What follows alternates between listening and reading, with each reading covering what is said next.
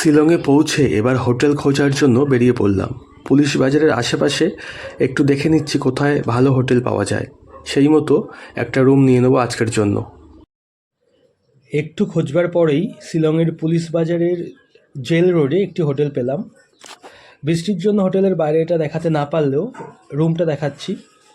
যেমনটা হয় আর কি, রুম খুব হাইফাই নয়, আবার খুব সাধারণ নয়, একটি থাকার মতো একটি রুম। একটি আয়না রয়েছে, একটি আলমারি রয়েছে, টেলিভিশন রয়েছে, তবে টেলিভিশনটা আমার কোনো প্রয়োজন লাগবে না।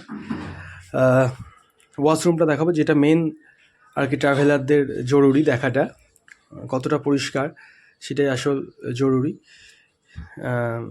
মোটামুটি পরিষ্কার আছে, একটি গিজার রয়েছে, এটাও খুব কাজের। তো ঠিকই আছে, এক রাতের ব্যাপার, কারণ কালকে অন্য জায়গায় থাকবো, এটা প্ল্যান করছি। জাস্ট আজকে রাতটা থাকার জন্য এটা। হোটেলে একটু বিশ্রাম নিয়েই চলে এলাম মেঘালয় ট্যুরিস্ট ইনফরমেশন সেন্টারে। এখানে আপনারা মেঘালয় ভ্রমণের খুঁটিনাটি সমস্ত বিষয় জানতে পারবেন। ট্যুরিস্ট ইনফরমেশন সেন্টারের ফোন নাম্বার ডেসক্রিপশানে দেওয়া আছে, তবে এখানে এসে সরাসরি কথা বললে বিশদে জানতে পারবেন। এখান থেকেই খুব কম খরচে মেঘালয় ভ্রমণের দৈনিক বিভিন্ন প্যাকেজ ব্যবস্থা আছে। আপনারা সুবিধা মতো যে কোনো একটি প্যাকেজ বুক করে শেয়ার গাড়িতে, অর্থাৎ ট্রাভেলার যে বাসগুলো আছে সেখানে আপনারা সেই বাসে আপনারা এখান থেকে মেঘালয় ভ্রমণ করতে পারবেন। এই ট্যুরিস্ট ইনফরমেশন সেন্টারটি একদম পুলিশ বাজার থেকে মাত্র 5 থেকে 7 মিনিট লাগবে ট্যাক্সিতে বা যে কোনো গাড়িতে। ওখান থেকে বলতে হবে যে পোলো রোড যাব, পোলো রোডের ওপর অকল্যান্ড পোস্ট অফিসের ঠিক উল্টো দিকে এটাই ট্যুরিস্ট ইনফরমেশন সেন্টারটি আছে। এর ম্যাপ আমি ডেসক্রিপশানে দিয়ে দিলাম। मेघालय टूरिज्म, हेलो, यस, यहाँ पे पोलो रोड ऑर्किड होटल बिल्डिंग,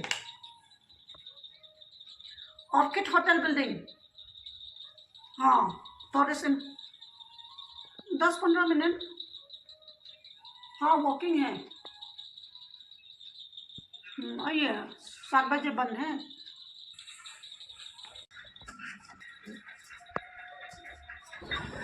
এটা ট্যুরিস্ট ইনফরমেশন সেন্টারের রিসেপশন। এখানে বিভিন্ন মেঘালয় ট্যুর সম্বন্ধে বিভিন্ন ম্যাপ দেওয়া রয়েছে, সাইট সিনের ছবি দেওয়া রয়েছে, এখানে লিস্ট দেওয়া রয়েছে কোন সাইট সিনে কোন প্যাকেজ বুক করলে কত টাকা, সে সম্বন্ধে পুরো বিস্তারিত লেখা রয়েছে, সুন্দরভাবে লেখা রয়েছে। রিসেপশানেও কাজ চলছে দেখতে পাচ্ছেন। আর এখানে বসার জায়গা, মানে ওয়েট করতে পারবেন আপনি বসে। আর আমরা দু দিনের জন্য সাইট সিন বুক করেছিলাম, প্যাকেজ বুক করেছিলাম। তো কোন দিনে কত টাকা বা কোন কোন জায়গায় ঘুরতে পারবো সেই সম্বন্ধেই ওনার কাছে জানতে চাইছিলাম। উনি সুন্দরভাবে বুঝিয়ে দিচ্ছিলেন। তো আরও কী সাইট সিন করা যায় সেই সম্বন্ধে উনি বোঝাচ্ছিলেন সুন্দরভাবে। তো উনি একটা ক্যাটলগ দিয়েছিলেন, মেঘালয় ট্যুরের সাইট সিন সম্বন্ধে একটা ক্যাটলগ দিয়েছিলেন, সেই সম্বন্ধে বিস্তারিত আলোচনা হচ্ছিল। यहाँ से पुलिस बाजार से टैक्सी लेने से भी होगा। रविंद्रनाथ टैगोर का घर है इधर? हाँ, घर है तो 7 साल वो यहाँ पे रहता, उस टाइम में 200 साल का।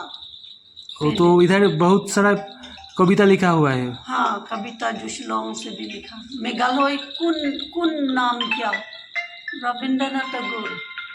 लेकिन 1972 में वो क्या है कि सुरजीत चटर्जी, आप लोग का वेस्ट बंगाल, वो सुरजीत चटर्जी उस टाइम में शायद चीफ मिनिस्टर ने क्या वो है ऐसा। तो आप जा सकता है शिलोंग में एक दिन आप, और एक दिन बैठे वहाँ पे घर है, वो रिलबोंग है, हम मैप आपको दे देगा। Thank you. शिलोंग से पुलिस बाजार से इतना दूर नहीं है। শিলংয়ে রবীন্দ্রনাথ ঠাকুরের একটা বাড়ি আছে টেগোর হাউস নামে, সেটা ম্যাম বললেন, আমিও জানতাম না, আমরা কেউ জানতাম না। ওখানে ম্যাম সাজেস্ট করলেন যে একবার যাওয়ার জন্য। ওখানে বসে নাকি উনি অনেক কবিতাও লিখেছেন, তো এটা আমি জানলাম প্রথম, অবশ্যই যাব।